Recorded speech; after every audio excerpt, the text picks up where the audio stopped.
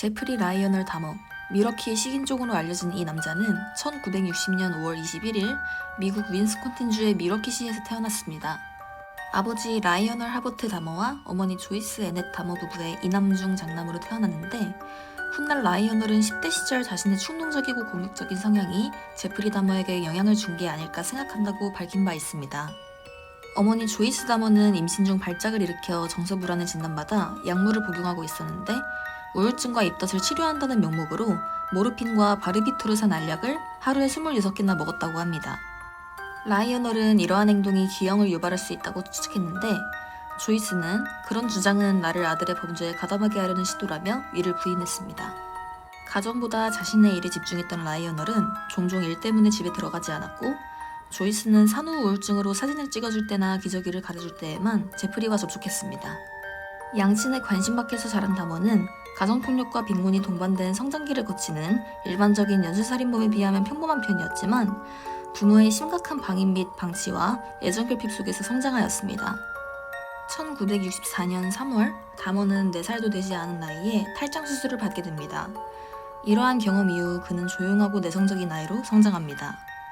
1966년 12월 18일, 6살 어린 남동생 데이비드 다머가 태어난 후 다머 가족은 오하이오주 베스에 있는 숲이 우거진 큰 집에 정착합니다. 이때 다머는 라이어널에게 동물의 뼈를 안전하게 표백하고 보존하는 방법에 대한 가르침을 받게 됩니다.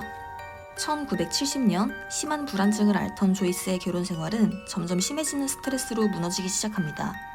다머는 경찰이 와야만 해결되는 부모님의 폭력적인 논쟁을 종종 목격하였고, 하루가 멀다 하고 벌어지는 부부싸움은 어린 그에게 큰 상처를 남깁니다. 어머니의 계속되는 건강 악화와 부모님의 파탄난 결혼 생활에 다머는 집 뒤에서 막대기로 나무를 치는 것으로 좌절에 대응했습니다. 10살 때부터 그는 점점 더 가족과 멀어져 갔고, 숲에서 홀로 많은 시간을 보냈습니다. 또한 그는 부모님이 언쟁을 벌일 때마다 집을 뛰쳐나와 죽은 동물을 해부하면서 시간을 보냈는데, 아버지에게 받은 과학교재를 보며 숲에서 동물과 곤충의 사체를 수집해 표본을 만드는 게 유일한 취미였습니다. 다머가 어렸을 때부터 열광했던 것은 죽은 동물의 시체와 뼈, 내장뿐이었습니다. 12살 때부터 그는 집 근처 길가에서 로드킬을 당한 동물의 사체를 수집하는 것이 취미였는데, 이를 동물 시체를 해부하기 위해서였습니다. 다머는 살아있는 동물을 해하는 것을 좋아하지 않았고, 오히려 동물들을 사랑했습니다. 사춘기가 시작되고 다머는 자신이 동성애자라는 것을 깨달았습니다. 그는 산 사람과 관계를 맺는 것보다 죽은 사람에 더 관심이 많았습니다. 시체와 내장에 흥미를 갖고 있던 다머는 시간이 지날수록 그 강도가 증가했으며, 결국 시체에 대한 관심과 네크로필리아 행위에 관심을 갖게 됩니다. 시체에 대한 관심이 커진 나머지 다머는 살인을 하기로 결심하는데요. 다머는 몇 달 동안 매일 집 앞을 지나가는 한 남자를 목표로 삼습니다. 숲을 속에 야구방망이를 들고 숨어 남자가 지나가기만을 기다렸지만, 아무리 기다려도 남자는 오지 않았고 결국 그는 목숨을 건질 수 있었습니다. 다머는 이것이 누군가를 해치려는 첫 시도였다고 말합니다. 1974년 리치필드에 있는 리비어 고등학교에 다니게 된 다머는 학교 생활에 관심을 갖지 않습니다. 다머는 항상 마리화나를 피웠고 항상 취해 있는 상태였습니다. 그의 학교 친구들도 그가 단순한 괴짜가 아닌 섬뜩한 사람이라는 걸 느끼고 있었기 때문에 학교 외에서는 어울리지 않으려고 했습니다. 그러나 예의 바른 태도와 어른스러운 외모로 다머 부부와 교사는 그에게 별다른 관심을 주지 않습니다. 조이스와 라이어널의 결혼 생활은 1977년 8월에 끝이 나게 됩니다. 라이어널은 접근 금지령을 받게 되어 인근 모텔로 이사하게 되고, 1978년 6월 조이스와 남동생은 라이어널도 모르는 사이에 위스콘신으로 이사하게 됩니다. 그때부터 제프리 다머는 홀로 살게 되는데, 이 시기부터 다머의 살인이 시작된 것으로 보입니다. 첫 번째 피해자, 스티브 마크 힉스, 당시 18세. 1978년 6월 18일, 스티브 마크 힉스는 오하이오주 길가에서 히치하이킹을 합니다. 잘생기고 마른 체구에 머리가 길고 셔츠를 벗어 허리에 묶었던 힉스는 다머가 성적인 환상을 품어온 이상형이었습니다. 다머는 힉스에게 맥주와 마리화나를 제안했고, 힉스는 다머의 집에 가는 대신 집까지 태워달라는 약속을 받습니다. 그러나 후에 힉스가 떠나려고 하자 그의 머리를 내리쳐 기절시키고 목을 졸라 살해합니다. 이후 그의 시신을 해부한 후 뒷마당에 매장합니다. 이후 다머는 오하이오 주립대학교에 입학했지만 항상 술에 취해 있었고, 돈이 부족해 매여를 하거나 룸메이트들의 물건을 훔쳐 팔기도 했습니다. 이유 없이 화장실 벽을 부수기도 합니다. 결국 한 학기가 지나고 다모는 중퇴하게 됩니다. 알코올 중독이 심각해져 매일 술에만 빠져 살던 다모는 참다 못한 라이오널에 의해 미군에 입대하게 됩니다. 그는 육군 의무병으로 입대했는데 이때 인체해부에 대해 배우게 됩니다. 다모는 군 생활을 하며 성격이 잠시 밝아졌으나 음주벽으로 인해 결국 2년 만에 전역하게 됩니다. 다모는 계속된 알코올 중독으로 벌금형과 구류형까지 받게 되는데 그럼에도 나아지지 않자 라이오널은 그에게 돈을 대주는 것을 거부합니다. 다모는 할머니의 도움으로 한동안 할머니 집에서 살았는데 할머니는 그가 애정을 표현한 유일한 가족으로 다모에게 관심을 주며 손자를 교화시키려고 했고 그는 할머니에게 공손하게 굴며 그녀가 시키는 대로 하게 됩니다. 그러나 할머니는 1992년에 88세로 사망하게 되는데 다모가 검거된 시점이 1991년이니 할머니는 자신의 손자가 어떤 사람인지 실체를 알고 나서 죽게 된 것입니다. 이후 그는 미러키에 정착하여 아파트를 얻었고 1985년 미러키의 암브로시아 초콜릿 공장에 취직해 훗날 그가 체포되기 전까지 근무하게 됩니다. 그러나 이때부터 본격적인 범죄를 저지르기 시작하는데 그는 동성애자로서 게이바에서 만난 남자들을 집으로 끌어들여 살해한 후 시체를 해체했고 식인행위도 서슴지 않았습니다. 피해자 중에는 동성애자나 양성애자가 아닌 이성애자인 사람들도 있었습니다. 두 번째 피해자 스티븐 윌터 투오미, 당시 25세. 1987년 11월 20일 미러키에서 25세 투오미가 친구를 만난 후 실종되었습니다. 다머는 호텔에서 투오미를 살해하였다고 진술했지만 미러키 경찰은 증거 부족으로 그를 기소하지 않았고 투오미는 다머가 기소되지 않은 유일한 피해자로 남습니다. 투오미는 첫 번째 희생자 스티브 마크익스와 몹시 비슷한 외형으로 역시 마른 체구에 목덜미까지 내려오는 긴 머리를 가진 남성이었습니다. 마지막 희생자를 제외하고는 흑인, 히스패닉 등의 소수인종이 희생자가 된 것으로 보아 범행의 용이성을 노린 것으로 보입니다. 세 번째 피해자 제임스 독스테이터, 당시 14세. 1988년 1월 16일 사진을 찍고 돈을 준다고 유혹하여 데려와 살해합니다. 시신은 두개골만 제외하고 쓰레기통에 버립니다. 네 번째 피해자 리처드 게레로, 당시 22세. 1988년 3월 24일 할머니 집으로 데려와 수면제를 먹이고 살해 후 시신을 토막냅니다. 다섯 번째 피해자 앤서니 시어스, 당시 24세. 1989년 3월 25일 게이바에서 집으로 데려와 살해합니다. 시어스는 결혼을 약속한 여자친구가 있었습니다. 다모는 시신을 토막내 아세톤에 넣고 보관합니다. 여섯 번째 피해자 리키 비크스, 가명 레이먼드 스미스, 당시 32세. 1990년 5월 29일 매춘 부인 리키를 집으로 유인해 수면제를 먹이고 살해했으며 시신을 해체합니다. 일곱 번째 피해자 에드워드 스미스, 당시 27세. 1990년 6월 지인인 에드워드를 유인해 약을 먹인 후 살해합니다. 이번에는 시신을 냉장고에 보관합니다. 여덟 번째 피해자 어니스트 밀러, 당시 22세. 1990년 9월 2일 길거리에 있는 밀러를 데려옵니다. 그러나 집에는 수면제가 부족했고 다모는 밀러의 목을 베어 살해합니다. 그러는 동안 머리에 대고 계속해서 말을 겁니다. 아홉 번째 피해자 데이비드 토마스, 당시 22세. 1990년 9월 24일 마약에 취한 다머는 토마스에게 성적인 호감이 없었지만 집으로 데려왔고 그를 살해합니다. 열 번째 피해자 커티스 스트라우터, 당시 17세. 1991년 3월 7일 사진을 찍는 대가로 돈을 주겠다며 데려와 살해합니다. 11번째 피해자 에롤 린지, 당시 19세. 4월 7일 약을 먹여 살해한 후 시신을 소금물에 담궈 보관합니다. 훗날 다머가 재판을 받을 때 그의 누나 리타 이스벨이 제프리, 네가 싫어, 연병알 이라며 절규하며 다머에게 달려들다가 제지되는 장면으로 유명합니다. Never, Jeffrey! Jeffrey! I hate you, motherfucker! I hate you! Jeffrey's out of control! Don't fuck with me, Jeffrey! I'll kill you, goddammit! Look at me! 12번째 피해자 토니 휴즈, 당시 31세. 5월 24일 사진을 찍는다는 조건으로 모델 지망생인 토니를 데려와 약을 먹입니다. 다머는 두개골에 구멍을 뚫어 염산을 붓는 실험을 했고 휴즈는 사망합니다. 로널드 플라워스 주니어. 의외로 다머의 범행이 더 일찍 발각될 수 있었습니다. 1988년 4월 23일 다머는 로널드를 데려와 수면제를 먹였는데 그때 할머니가 들어와 현장을 발견할 뻔합니다. 하지만 할머니는 다모가 방에 있다고 대답하자 문을 열어보지 않고 지나쳤고 다모는 로널드를 병원에 데려갑니다. 13번째 피해자 코네락 신사손폰 당시 14세 1991년 5월 30일에도 기회가 있었습니다.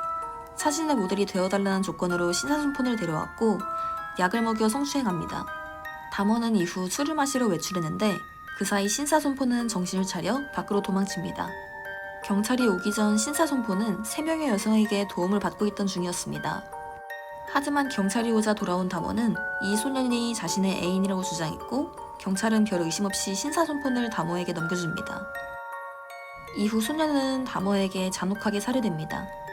후에 신문에 난 신사손폰의 실종 광고를 본 여성은 경찰에 신고했으나 그들은 소년이 다모의 애인이며 그들의 성적 취향은 자신들의 알 바가 아니라고 답합니다.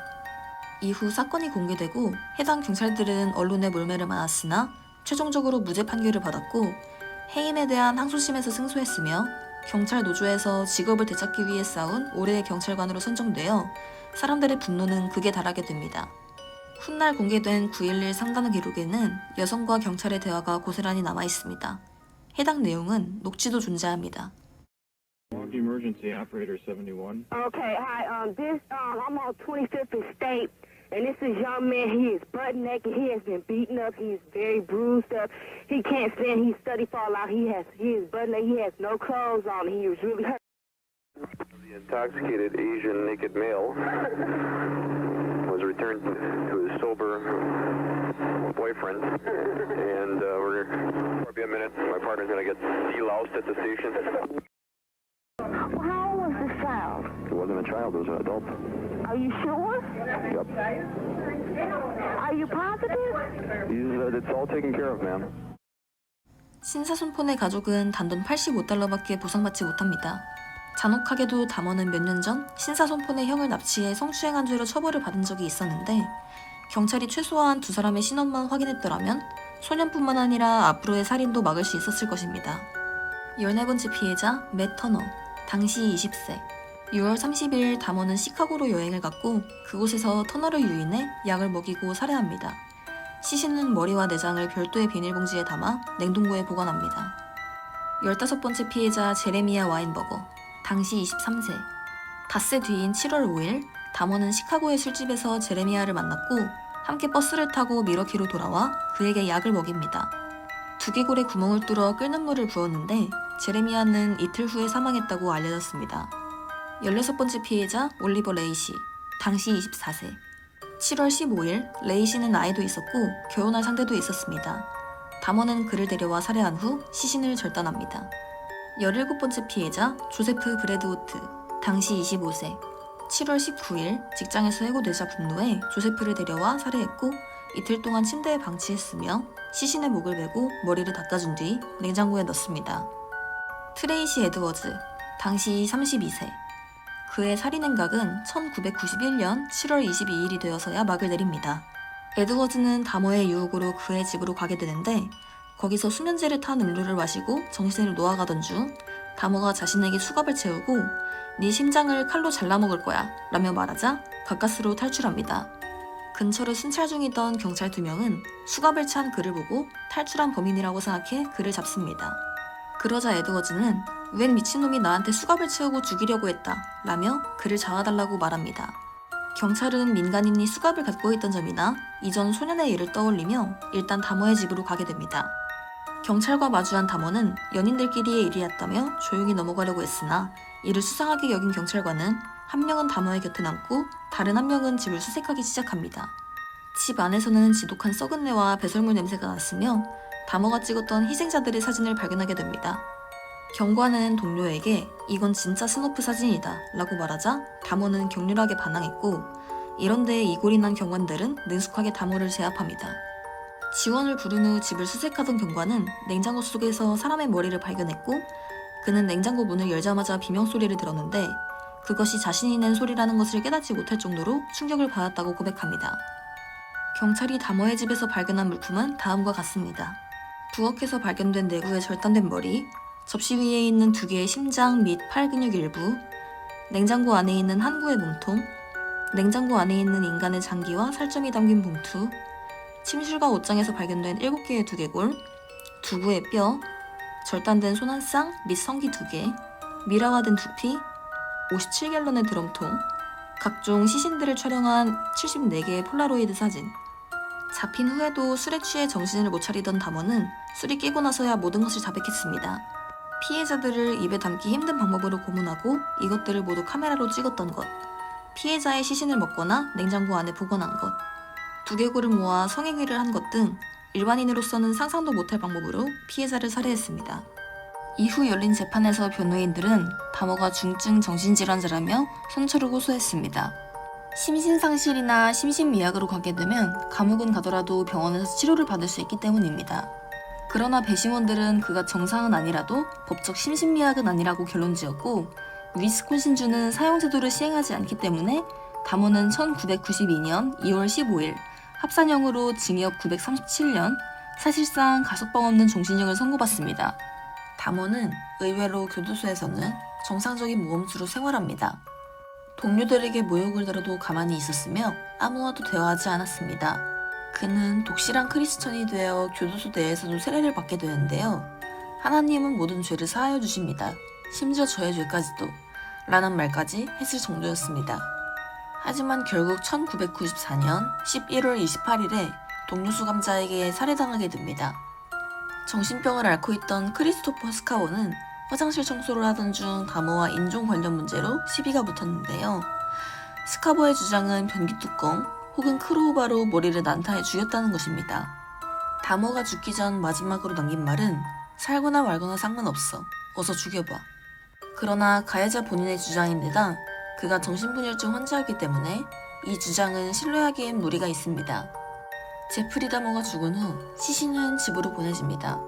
피해자들의 가족은 정의가 실현되었다며 기뻐하였으며 다머 부부는 고민 끝에 그를 화장해주기로 합니다. 그의 남은 재산은 피해자 배상에 쓰였는데 대부분의 유족들은 이를 태워 없앴다고 합니다.